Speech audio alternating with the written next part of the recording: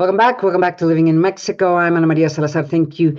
Thank you so much for joining us. Well, we're almost 75 days. It's about 76. This weekend it would be 78 days away from Elections Day in Mexico on June 2nd. And it's always good to try to get an update, just try to get a sense where this is all going. And boy, a lot has happened in the last 2 weeks. Not only we continue to report a lot of violence against candidates and those who at one point were considering to be a candidate, but also a lot of violence against public officials. And of course, for those of you who are following what's happening with the state of Guerrero, it's almost as if there's a civil war taking place there. And I keep on wondering whether elections are going to be able to take place in that state. That's why I really appreciate today's guest, Federico Berrueto. You know him well. He's been joining us throughout the years, political analyst. Federico, let me just start that first question. I mean, I look at the state of Guerrero. How are they going to take? How is it elections going to be able to take place in places like Chilpancingo? Well, the whole state, Chilpancingo, Acapulco. When you see these images that are coming out, and of course, this the fact that there is concern that the governor is not going to be able to get a hold or to be able to control what's happening in that state. Welcome to the show. So let's start with that first question. Do you think elections are going to be able to take place in the state of Guerrero? Well, I suppose that the authorities are going to, let's say, the election is going to take place in Guerrero, but there is a problem. Guerrero is in a state of war. Mm-hmm. Nothing less, state of war. And I can say that because candidates are killing. Are being killed. Are killed. And you can see also the press is not doing the job. There is no freedom of press. It's a basic right in order to have a fair election. Mm-hmm. Also, you have a lot of problems because the criminals, the drug lords, they govern many towns, places, cities, all over Guerrero. So my idea is that at the end, even though that there is going to be, that an election is going to take place, I think the judiciary, the electoral judiciary court are going to annul it? Annul it? Do you think so? Yeah, they are going to annul. Yeah, I mean, there are no conditions for an election, a regular election, a normal election. So the future, what I can see is that there is not going to be a valid result. So let me ask you this. Let's just think of the big picture, because the electoral law says that if 25% of the election sites,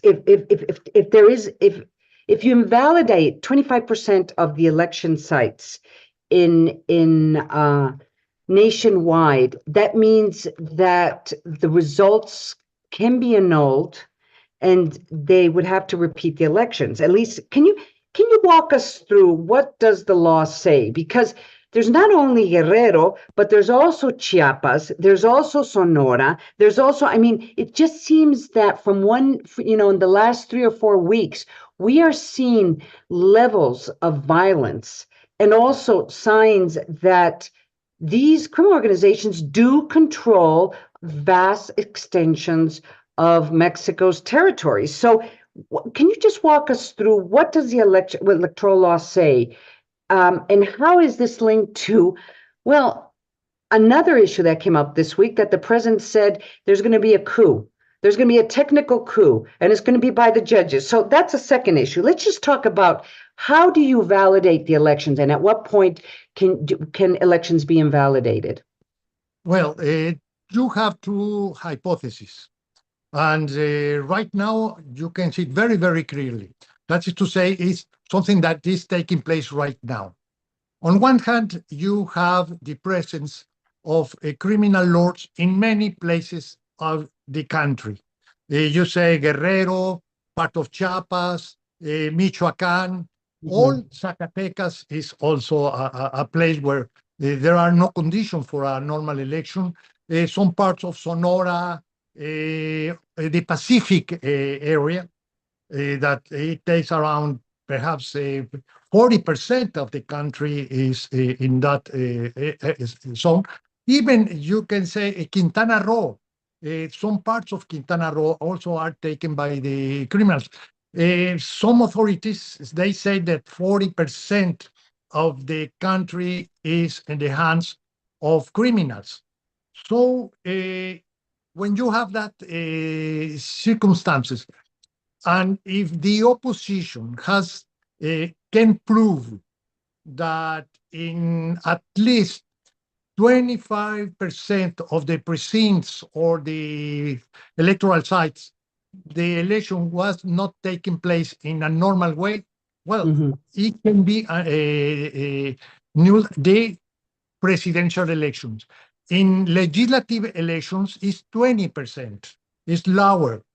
And so that is, on one hand, you have that hypothesis. The other one is about the intervention of the president in the electoral process. Why?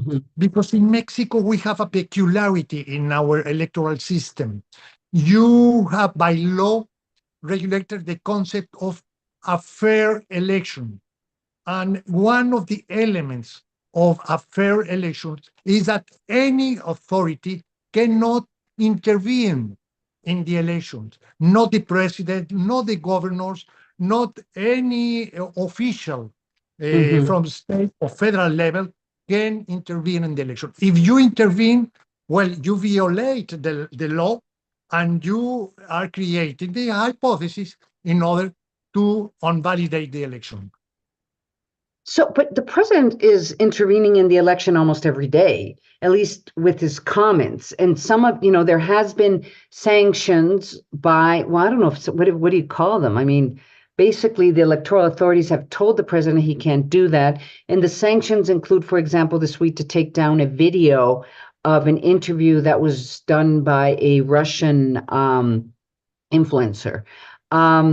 And it was a very interesting interview, but he did talk in this interview. He did talk about what a great candidate Claudia Sheinbaum is, and the authorities came in and said, you have to take that. It was posted on YouTube. You have to take it down. I mean, those are the kind of sanctions that they have. Are you saying that these are the type of violations that could ultimately invalidate the elections?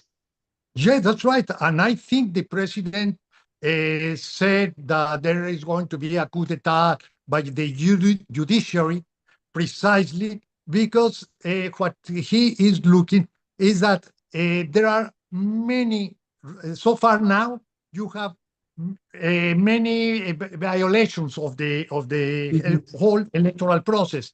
The president is the main factor, as well as the criminals, the narcotráfico, in order to put into question the validity of the election. That is a problem right now. It's not something that is going to happen. The president has violated the law, the electoral law, 5 months ago, and every day, the president. Just remember, yesterday, the president ordered the Secretary of the Navy. Marina, the Secretary of the Navy, to respond to one of the candidates. Well, that is, you cannot do it according to the Mexican electoral law. So that accumulation of all violations of the law, I think right now you have a problem that perhaps they at the moment that the electoral court is going to validate the election, perhaps they are going to say, well, the president intervened illegally, so we cannot validate the presidential election. And in that I mean, it still seems like such a remote possibility. Although some of these violations are real. I mean, the fact that he ordered the Secretary of the Navy to respond to Xochitl Galvez's comment, where she assured that that customs and that there was a lot of trafficking of drugs and fentanyl, and that the Navy wasn't doing their jobs wasn't doing their job at the border. He ordered the Secretary of the Navy to respond to that, and that is clearly a violation. But is it, even if Xochitl lost, let's say that Claudia Sheinbaum won, does the difference between the winner and the loser, does it matter? Yeah, of course. If Claudia wins for a large margin, I think it's going to be very difficult for the opposition to make the case in the legal terms. Perhaps political terms, no, there is no difference between if you lose by 5% or if you lose by 20% in political terms. But legally, I think there is a big difference if you lose just for less than 5% or if you lose the election for 10%. Wow.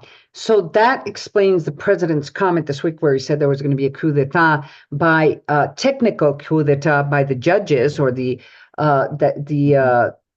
talking about the tribunal, the electoral tribunal, because they're now documented. There was an announcement made by the president of the electoral tribunal that they're now documenting all these cases in which there is clear intervention by the president, or he's trying to intervene in the elections. What about funding? I mean, because nobody's talking about, I mean, there clearly seems to be, when you look at some of these states, that state funding or resources or government resources are being used at least to support the official candidate. I haven't seen very much documentation, or at least anybody talking about that. Yeah, actually, Ana Maria, it's very difficult to document that sort of violation. Yeah. The federal authorities, the WIF, unity, the intelligence unity for financial transferences, is in the hands of a politician that is quite close to the president.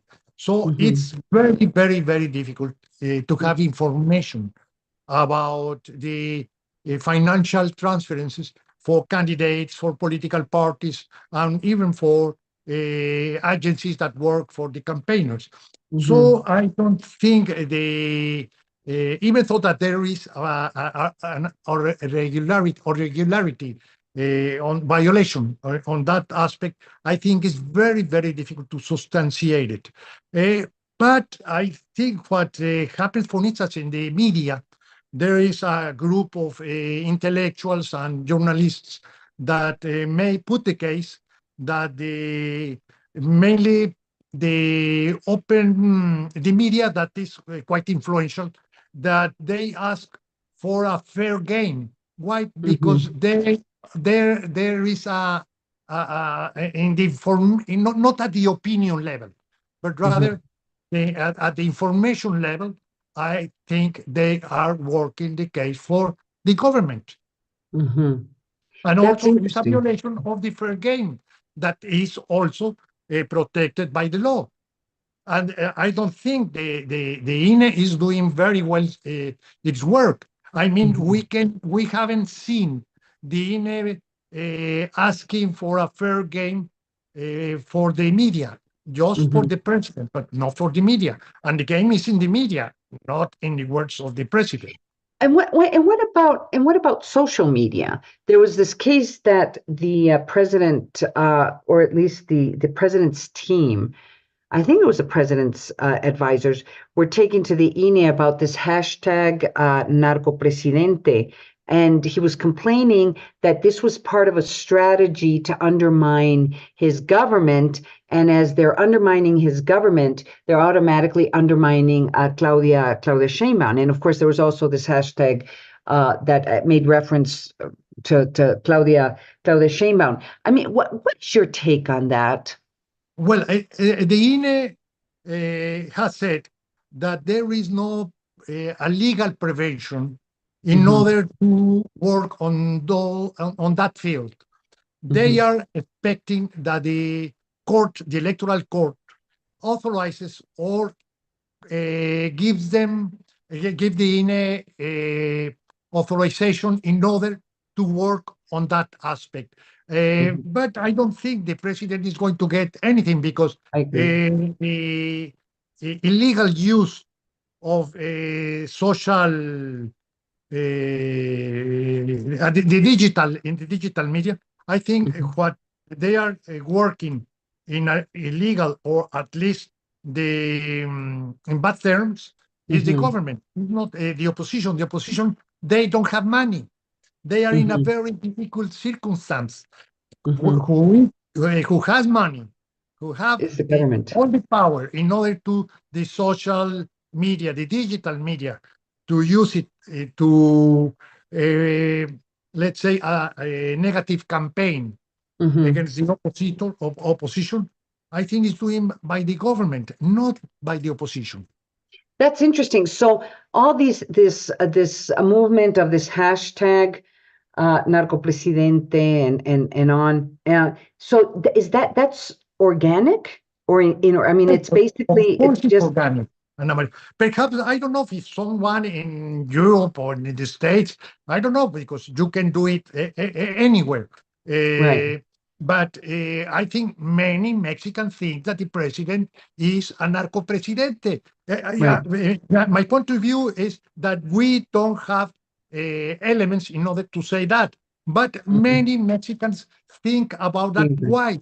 Because it's a consequence of your policy, abrazos no balazos.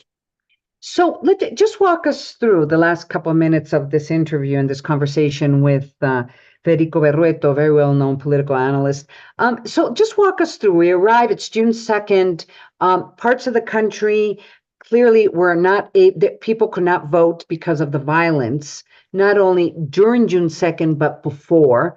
And maybe it's documented, maybe it's not, or we'll have international observers, but you can reach the conclusion that there wasn't, that in 25% of the country, elections could not take place, or there's enough information to question the validity of the results, because there's so much, there's a lot of the president interfered, and it's documented that the president interfered months before or weeks before the elections took place. So you know, it's June 2nd. There's going to be a huge fight.